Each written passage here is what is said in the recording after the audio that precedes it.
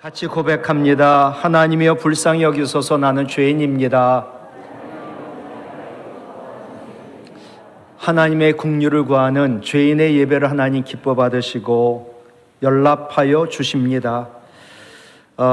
정찬의 빌라도의 예수라는 소설이 있습니다.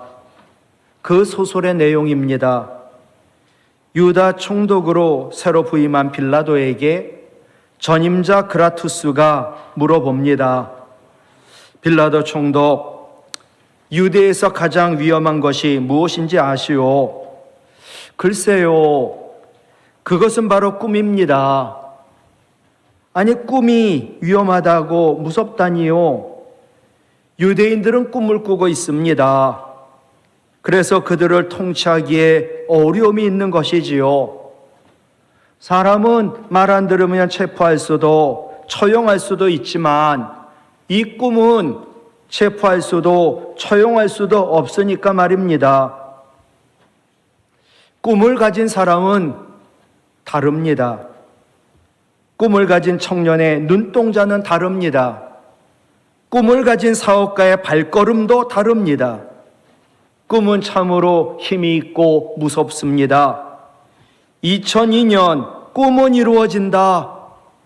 우리나라가 월드컵 4강에 올랐습니다. 무섭게 꿈이 이루어진 겁니다.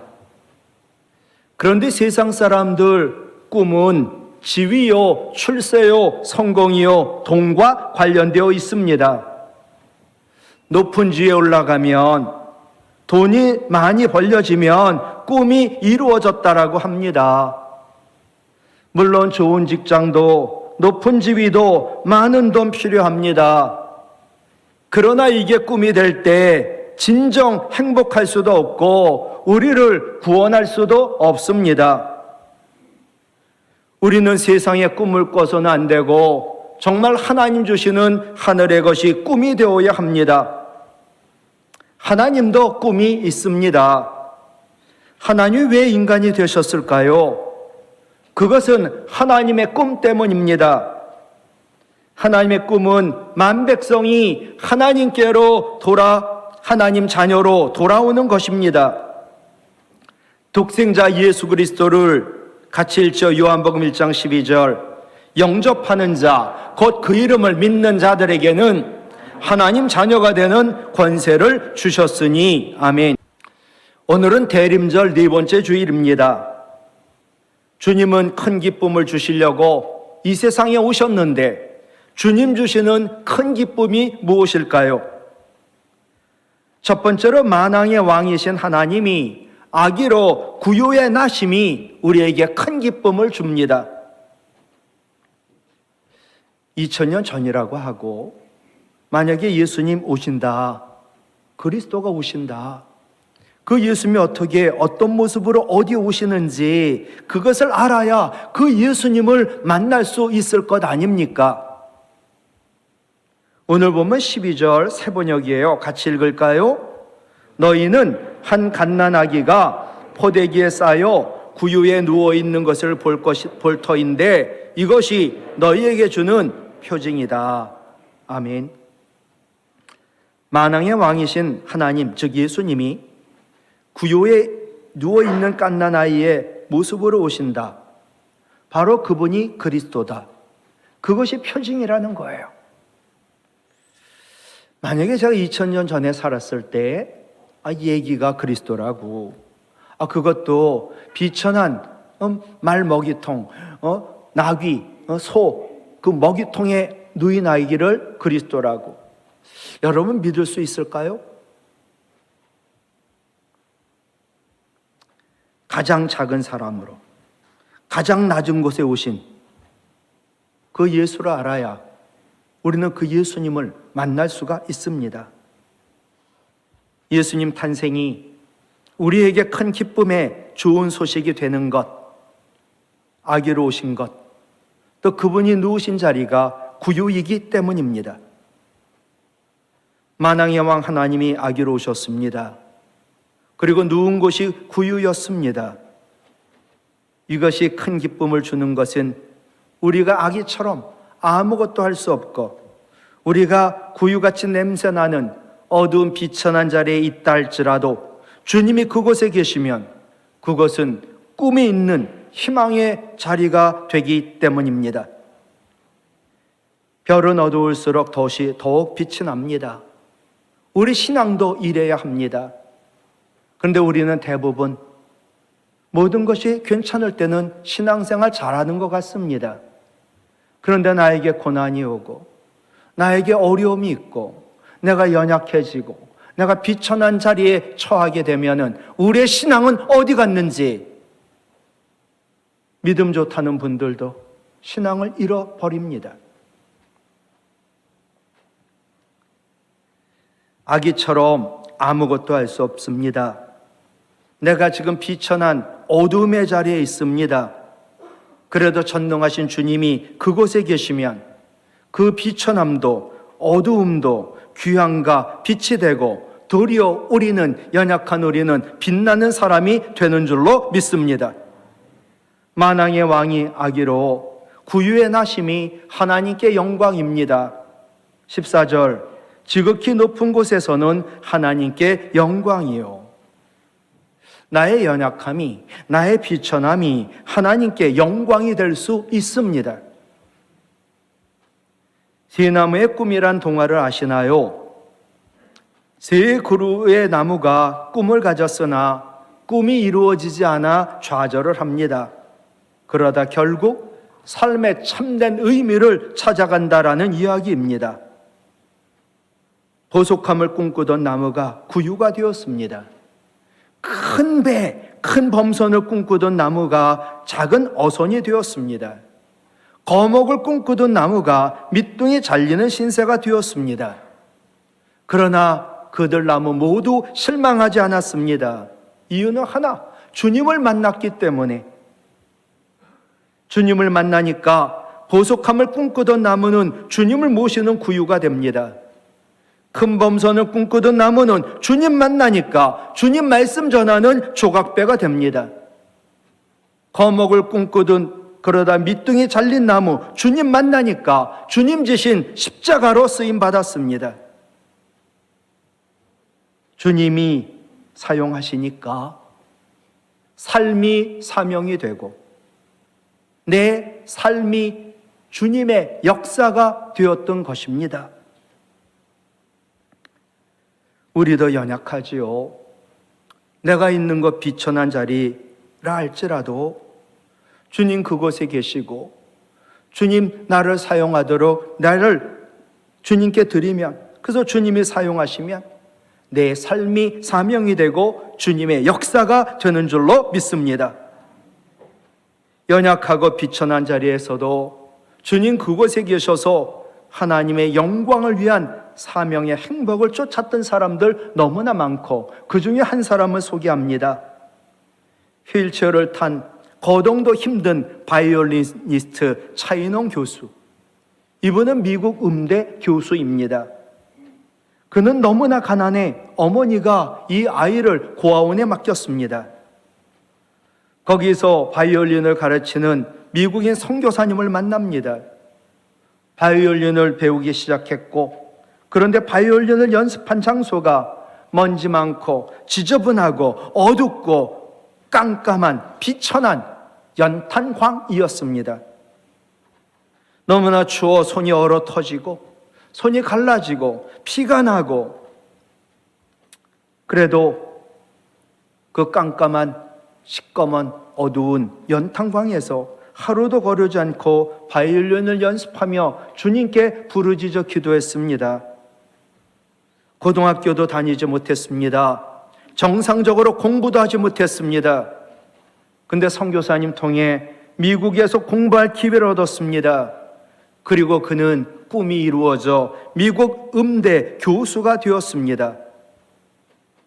어두운 연탄광도, 휠체어를 타야지만 움직이는 연약한 자도 주님이 그곳에 계시고 그와 함께 하시니 그의 삶이 사명이 되고 연탄광이 희망의 자리가 되고, 그는 연약한 고아 같은 자가 빛나는 사람이 되었던 것입니다.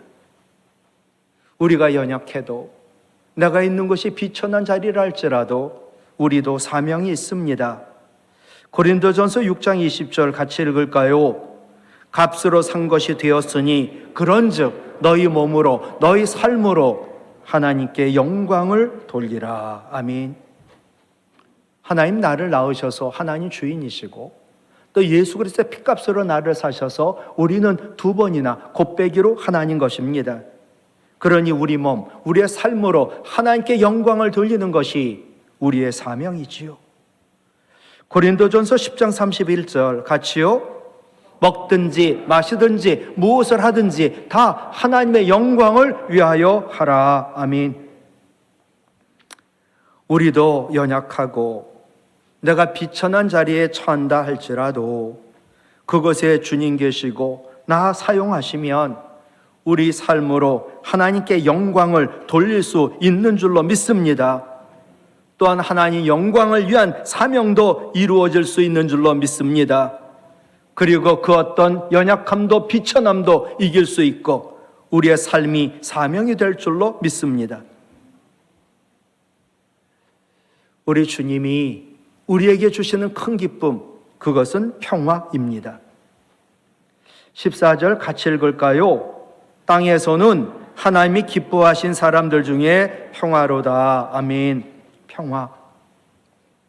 만왕의 왕이 아기로 구유에서 나심이 큰 기쁨이 되는 좋은 소식.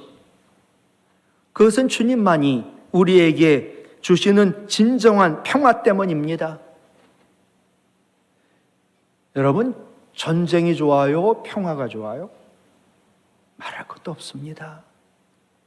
우크라이나가 좋아요? 우리나라가 좋아요? 말할 것도 없습니다. 불화가 있는 가정이 좋아요? 화목한 가정이 좋아요? 돈 많아도 자식놈들 잘 돼도 사업이 잘 돼도 늘 집안에 불화가 있다면 그것은 지옥입니다. 물어볼게요. 교인 많은데 늘 싸우고 갈등 있는 교회가 좋아요? 교회인이 적어도 늘 화목하고 평화가 있고 평안이 있는 교회가 좋아요?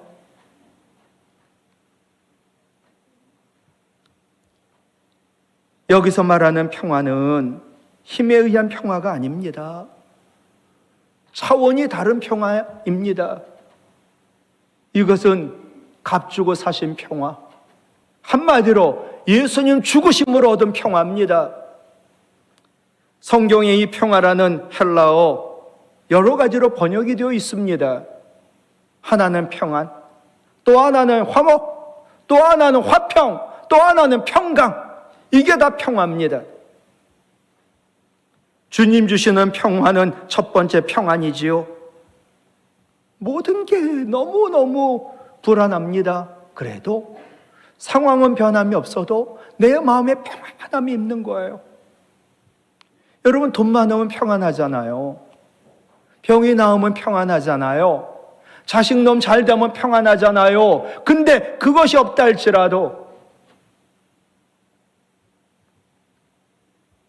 예수님이 이 땅에 오셔서 우리에게 참 평안 주셨습니다. 요한복음 14장 27절 평안을 너희에게 끼치노니 곧 나의 평안을 너희에게 주노라. 같이 읽지요. 내가 너희에게 주는 것은 세상이 주는 것과 같지 아니하니라. 너희는 마음에 근심하지도 말고 두려워하지도 말라. 아멘. 주님 평화 주시기를 위하여 오셨거든요. 근데 이 주님 주시는 평안은 세상에 줄 수 없는 참 평안이거든요. 감람나무 소출이 없고 무화과 열매가 없고 밭에 식물이 없고 외양간에 소가 없고 우리의 양이 없어도 주님 한 분만으로 평안하고 기쁨이 있고 즐거운 것, 그게 진짜지요. 주님 주시는 평화 두 번째는 화목이에요.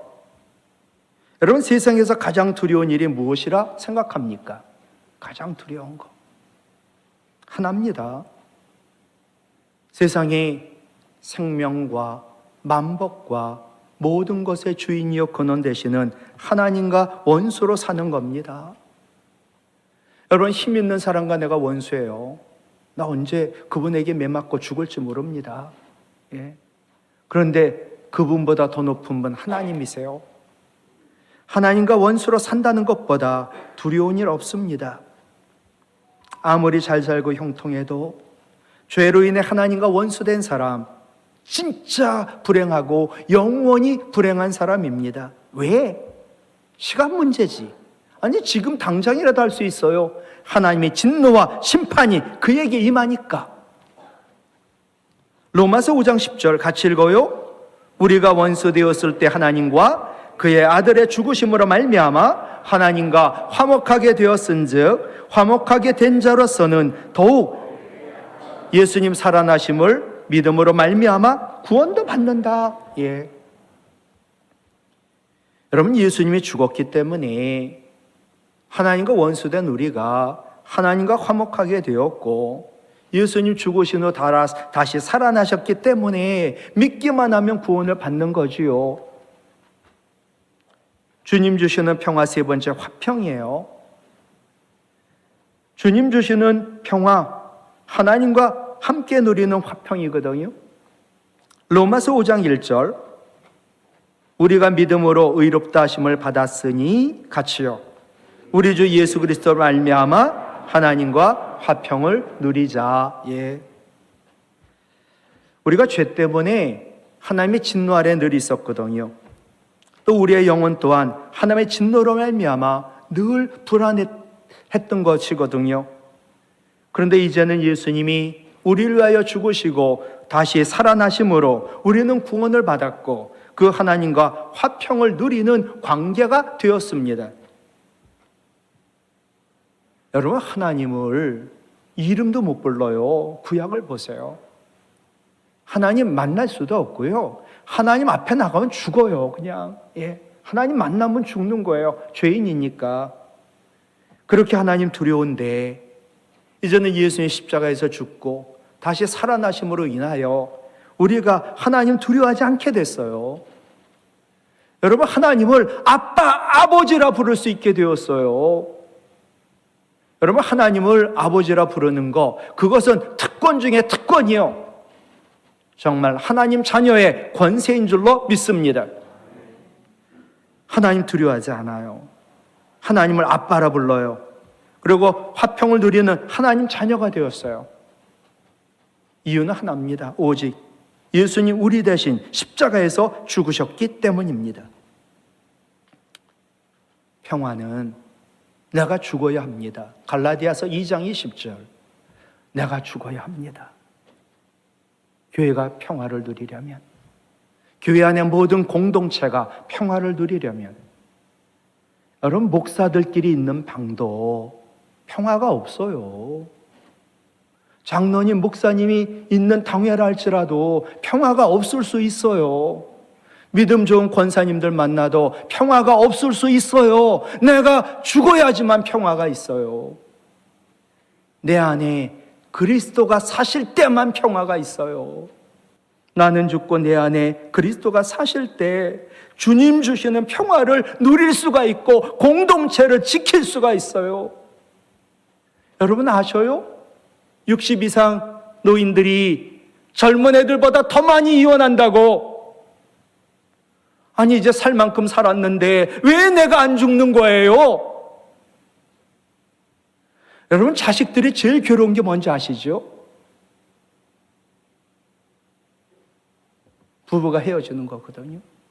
가정이 갈라지는 거거든요. 교인들의 가장 힘든 게 뭔지 아세요? 교회가 싸워 갈라지는 거예요. 예수님의 십자가만이 평화의 원천이지요. 십자가는 예수님께서 죽으심으로 우리가 살아난 곳이지요. 이사야 53장 5절 같이 읽어요. 그가 징계를 받음으로 우리가 평화를 누리고 그가 채찍에 맞음으로 우리가 나음 치유를 받았도다.